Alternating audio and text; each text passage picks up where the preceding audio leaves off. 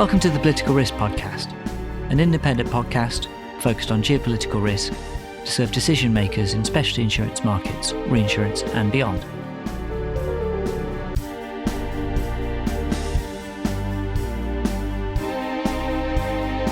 I'm your host David Benyon, and I'm joined this time by Tom Clementi, Chief Executive of Pool Re. Tasked with building resilience against terrorism risk, Pool Re is the fund that provides a reinsurance backstop for insured terrorism risk in Great Britain. It's a public-private partnership, PPP, operating as a mutual reinsurer, with terrorism insurers opting to pay into Pool Re's reinsurance fund to benefit from its protection. Ultimately, it's backed by His Majesty's Treasury, and was set up by the UK government in response to the IRA's UK mainland bombing campaign of the 1990s. Well, looking at the present, it's been a very busy time lately for Tom and for Pool Re. I interviewed him in early May, just as he was heading to the BIBA conference for British insurance brokers, and soon after his return flight from the International Forum of Terrorism Risk Reinsurance Pools, IFTRIP 24 conference, held in late April in Washington, DC. In March, Pool Re was successful in gaining approval for major changes to its operating model, most notably a shift from a facultative reinsurance model, with members paying premium into the fund on a per-risk basis, to that of an excess of loss treaty reinsurer, reinsuring its members' terrorism risk at portfolio level.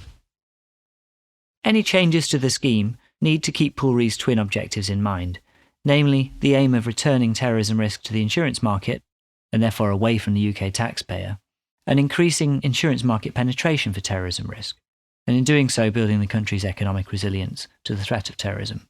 Tom explains this in greater depth. We talk about cyber risk in this episode too. Pool Re's involvement with the cyber aspect of terrorism is relatively slight. It only includes physical damage, PD, and first-party business interruption, BI, and it explicitly excludes state-sponsored cyber attacks.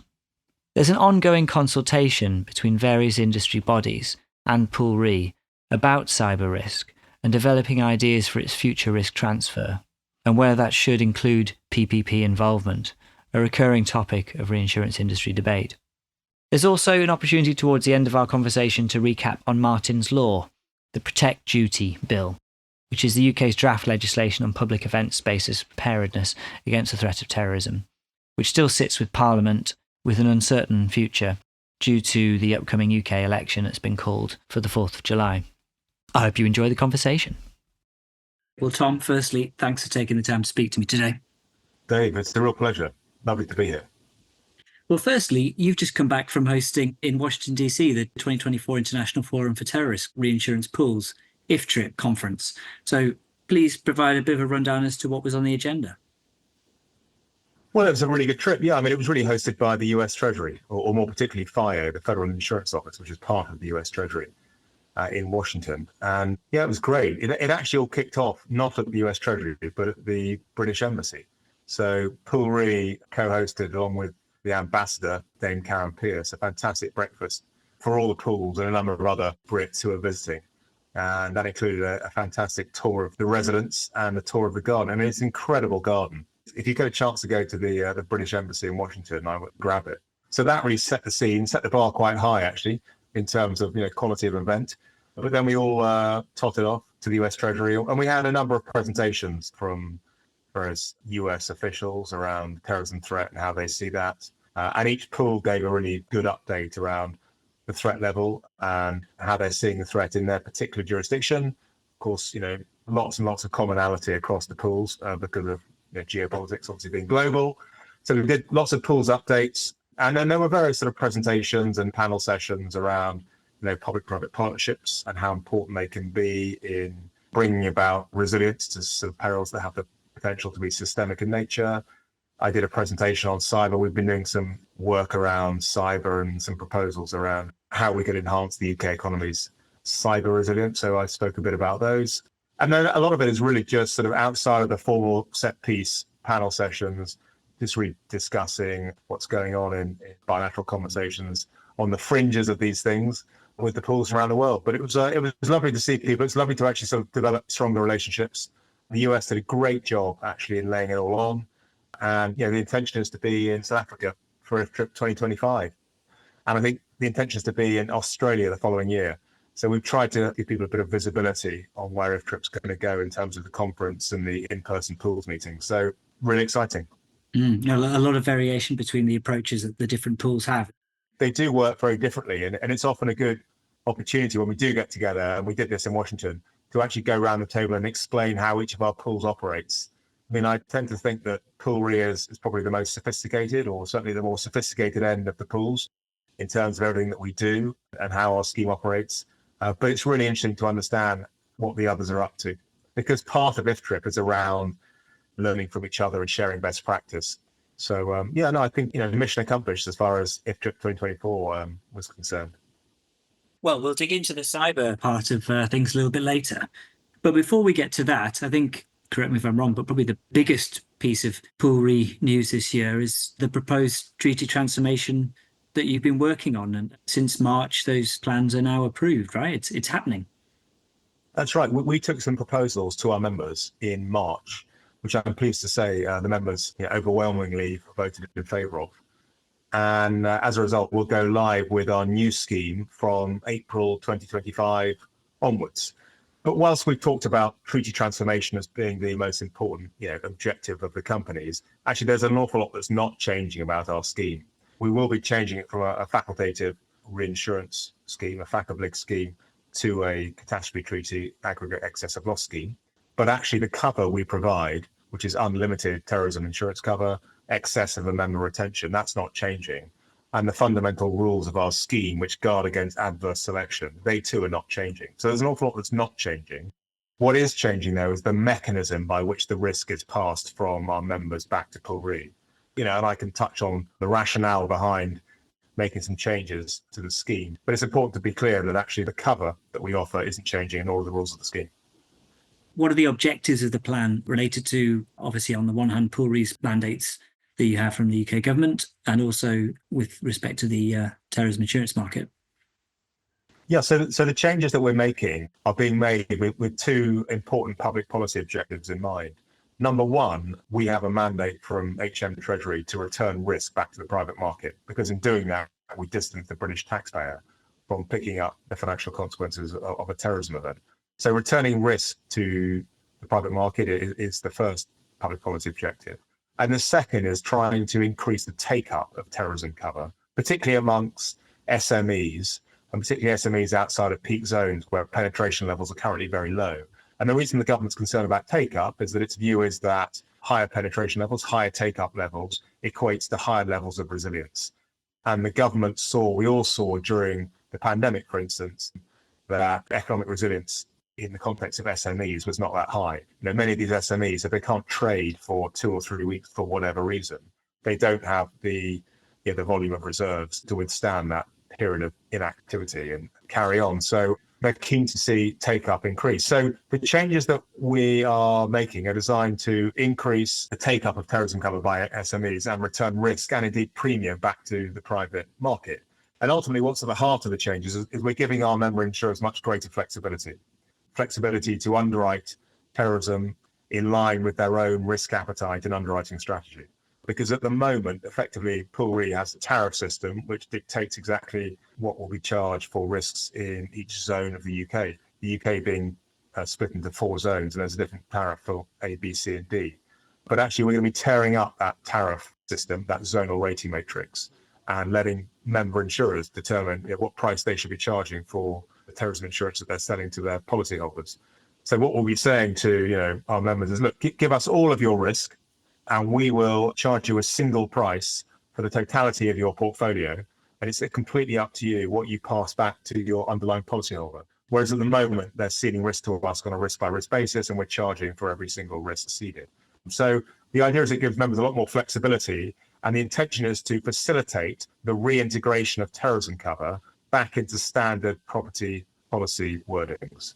And that's what we'll see SME take-up really increase if it can be reintegrated, which is really the position that the UK was in before the IRA came along with its mainland bombing campaign in the early 90s. When you bought your property insurance policy, terrorism was included, and then the IRA came along and it was excluded, and Pool Re was set up and so forth. And we're trying to get back to that pre-93 position where it's reintegrated back into your standard property package policy wording. So that's at the heart of what's behind our changes. The other thing that we're doing and will be doing with this new model rolled out in April of next year is we're bifurcating terrorism, which is a slightly pretentious way of saying that we are splitting terrorism between what we call conventional terrorism, in other words, bomb blasts, and what we call non-conventional terrorism, which is CBRN, chemical, biological, radiological, and nuclear, and cyber. Because we know from speaking to our members, and we did a lot of consultation before we put proposals to members in March, but we know from consultations that members have very limited appetite for that non-conventional terrorism risk. They have more appetite on the conventional side. So by splitting the peril in two, we can hopefully encourage members to retain more conventional risk, recognizing that they'll always have limited appetite on the non-conventional side. And that is a means of returning more risk back to the market, because we return risk back to the market chiefly through two routes. One is through member retentions, and then the other is through the reinsurance that we buy. I think you've answered about 6 of my questions in one go there, so that's pretty good going. Yeah, so there's a lot that hasn't changed, but flexibility is kind of core to this then. Flexibility, yeah, we think is core. We think that's part of a market maturing. A mature market is one in which the insurance companies themselves decide what the right price is for the risk they're taking onto their balance sheet, rather than being spoon-fed the pricing, through the back door. So flexibility, yeah, absolutely at the heart of the changes that we're making. I suppose the other sort of helpful byproduct of these changes we're making that serve those twin public policy objectives of returning risk and increasing penetration is that actually the new scheme we think will have less friction involved. So it should be operationally less complex and simpler. So that's also quite welcome, I hope. And they have time to get used to the new system. The reason we did the vote in March, we don't go live until April of the following year, is to give people this 12-month transition period to make any changes they need to be ready. So hopefully that will be enough. And, as I say, we consulted on this extensively before we put the proposals to members. And we also shared some indicative pricing so people understood what the pricing would likely look like in a new CAT treaty environment. You've already touched on cyber as another non-conventional systemic threat. So I understand you've also had a separate piece of work, consultation going on with industry groups and London Market about cyber reinsurance.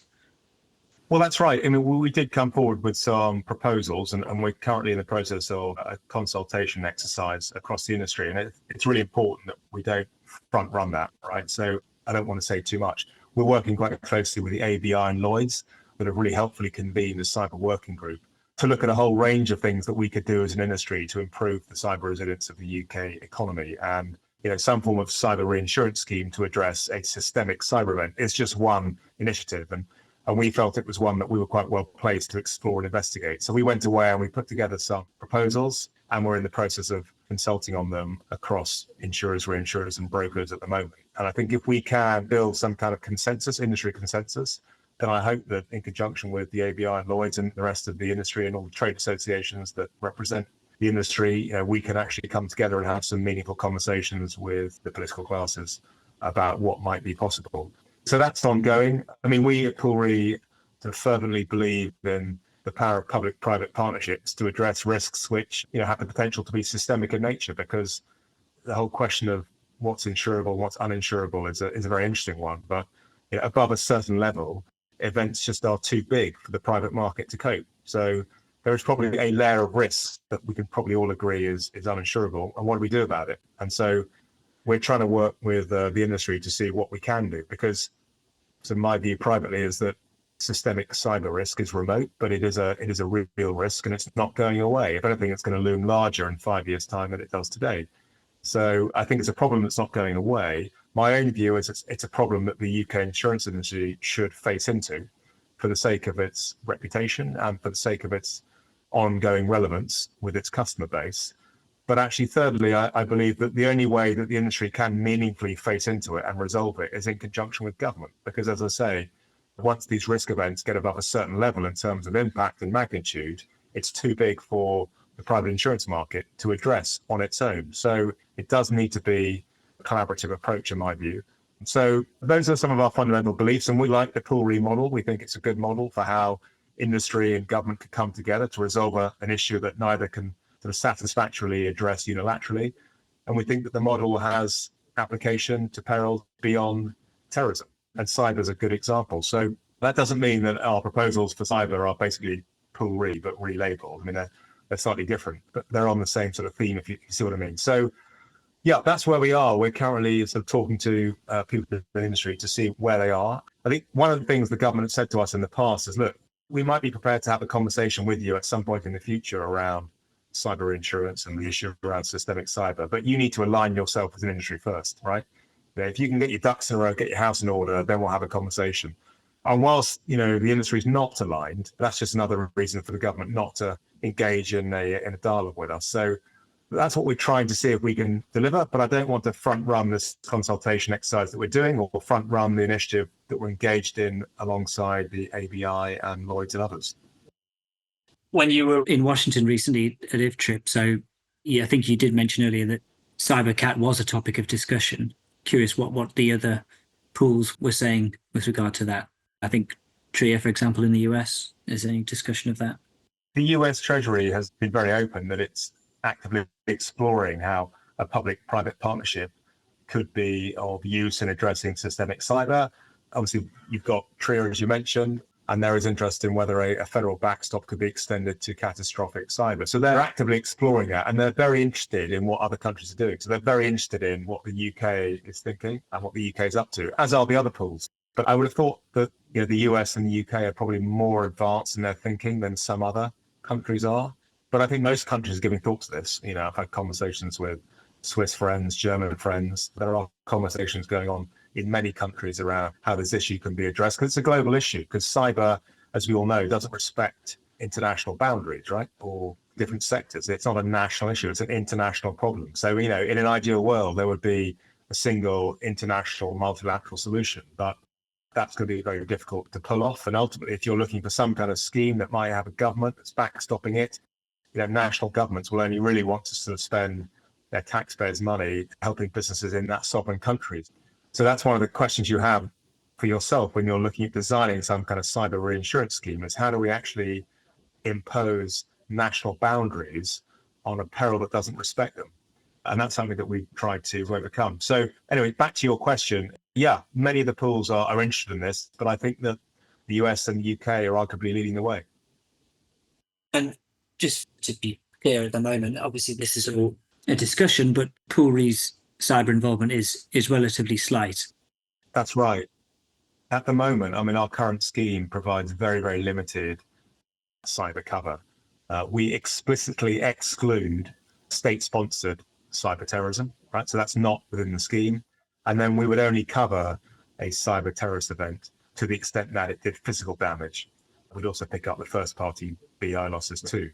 So quite limited cover. So, part of the reason that we've got involved in this is that, the board asked me shortly after I became chief executive, they said, look, if there were to be a big cyber event and there were people on TV and on the radio saying, well, this is an act of terrorism, how well positioned is Pool Re to respond to an event like that? And I said, well, the reality is probably not that well positioned, because we explicitly exclude state-sponsored cyber and we only cover physical damage. We don't cover loss of data, theft of money and so forth, and all the sort of intangible asset damage that can be done by cyber attacks. So there's a good chance that if there were to be a big event and there were people on the airwaves saying, well, this is an act of terrorism, what is the UK's government-backed terrorism insurance company doing about it? There's a good chance that Pool Re will be there as a spectator while Rome burns, saying, well, I'm so sorry, but we don't cover that. The wrong kind of snow. So I guess there was a reputational fear with COVID in mind that there could be a big event that we have to sort of spectate upon. But the other perspective from me is that, Pool Re is an interesting company. We're a public-private partnership, and we have a mandate, on the one hand, as a quasi-governmental body to protect the government's balance sheet against the threat of terrorism and to promote national resilience, again, in the face of terrorism. So we have that mandate as a government body to protect the government's balance sheet, but equally, we're a mutual, right? We're owned by the insurance industry with a mandate to serve the interests of our members. And so where we think an issue crops up that speaks to both those two mandates, we're at least interested in exploring how we might be able to help.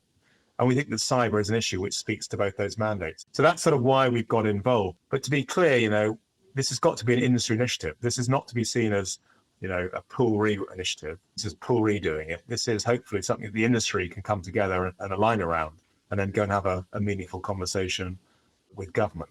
So I'm very keen to make that point that this is a collaborative exercise, I hope. And of course, some will say, well, back to cyber, we don't need a cyber reinsurance pool at this point. The market's not yet mature; it's still quite nascent. The losses won't actually reach a level at which the government would say, yes, we'll come in and we'll pick those up. We can see that it's systemic in terms of its impact, and that might well be the case. But all I would say is that it's not bad practice to sit down and have a conversation before a big event about what might we do, how might we better position ourselves if such an event should occur in the future. So I just think that's good risk management, good practice to sit down and have the discussion before it happens. So that's what we're trying to do. Is it feasible that SMEs could be at the focus of whatever may come out from all these discussions? I mean, we're just on the terrorism front. We think roughly 4 or 5% of SMEs today in the UK are buying terrorism insurance. So it's very, very low. Again, take up of cyber insurance amongst SMEs is also relatively low. I mean, it's growing all the time. Okay, it's a very fast growing market, but it's still quite low. I think if you're coming forward with proposals that are aimed to safeguard the economy and promote cyber resilience across the whole economy, if you just come up with a reinsurance scheme that serves those sophisticated businesses that are currently buying cyber insurance, but has nothing to say about all the uninsured exposure and all the uninsured businesses, then question whether actually you're coming forward with a properly comprehensive set of proposals. So, yeah, I mean, without going into detail, our proposals speak to both constituencies. They address what I would call the more sophisticated end of the market, so larger corporates, maybe parts of critical national infrastructure that are buying cyber insurance and have a reasonably high degree of cybersecurity and measures taken. But we think if you just fixate on those businesses and ignore the 98% of businesses in the UK that are SME, many of which are not insured against the threat, then that's quite a large chunk of the economy that you just sort of ignored. So we feel that proposals that are comprehensive need to address both constituencies. So that's what we've tried to do, but not easy. To round off, let's talk about a piece of legislation that is certainly in an advanced stage. So Martin's Law, the Protect Duty Bill for Terrorism in the UK. Are there still some unanswered questions from your perspective over how it will be enforced? That's right, there are, yes. Because when the draft legislation was published and was scrutinised by the Home Affairs Select Committee, it wasn't made clear who the regulator would be and how the legislation would be enforced. And I think we still haven't seen clarity on that. I mean, it's still not 100% this bill is actually going to hit the statute book. So yes, there's still some uncertainty around the legislation, whether it's actually going to go through. We very much hope it will do. We're big supporters of Martin's Law as an organisation at Pool Re. And then if it does, exactly how it's going to work remains to be seen, because there's as you may know, there's a standard tier and an enhanced tier. And this piece of legislation is all about ensuring that publicly accessible locations of large, medium-sized, smallish venues have sufficient protective measures in place to prevent a terrorism event from occurring or to mitigate the impact of one should one occur. And a lot of it's common sense, but there's an enhanced tier and a standard tier, quite where the threshold is set between the two and where the smaller venues are incorporated into legislation is still to be seen. And then, of course, as you say, how it will be enforced. So there's not much more I can say on that other than, we are standing ready to help the Home Office and the government implement the legislation should it go through, which I very much hope it will do. The other area that, from other conversations I've had, that seems to be an area of uncertainty is the effect it might have on a part of the market that you're not responsible for reinsuring, but terrorism liability business as well. In a Martin's Law environment where locations, venues have a statutory obligation to take certain preventative measures, I suspect a lot of businesses may start thinking about buying higher limits of public liability, employees' liability in relation to terrorism. It's possible that the limits they're currently buying today wouldn't even cover the legal expenses or the legal fees if there were to be a big event, with Martin's Law enforced. So we'll have to see, what happens to demand for liability cover in relation to terrorism, and then how the market responds, and whether actually a demand for higher limits can be met with, a satisfactory level of supply. And I'm not touting for a kind of role for Pool Re here, but actually, if there were to be an issue there, someone came to Pool Re and said, would you look at it? Would you look at carving out 500 million or a billion in terms of your overall fund for liability? We'd absolutely look at that. But I think we have to see how the market plays out. I think BIBA put that in their manifesto a year or two ago, and that's fine. But I mean, ultimately, the market will hopefully provide a solution. We are a last resort.